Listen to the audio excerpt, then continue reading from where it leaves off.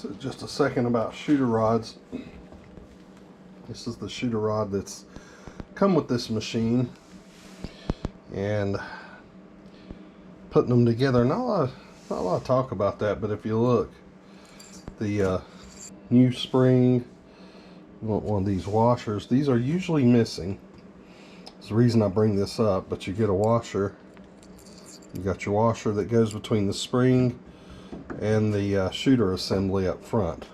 That way this edge on the spring doesn't kind of grind into your metal shooter housing and mess it up.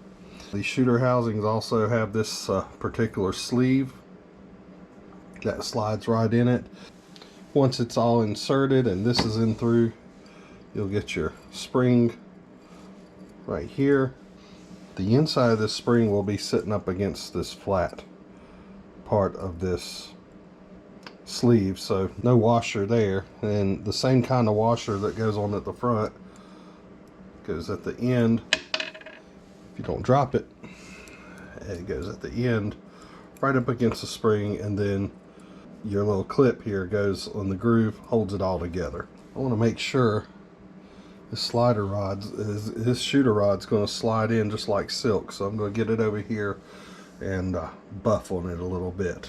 Well, we see we got buffed off there pretty good. Looks nice, shiny.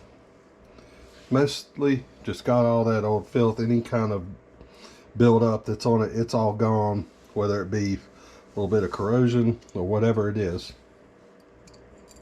So we can start putting this thing back together. Let's get our sleeve. You see the sleeve goes in just like that. Really simple.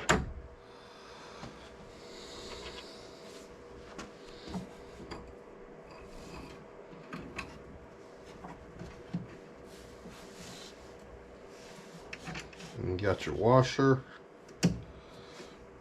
Alright, and now the little clamp, the little clip. There you go.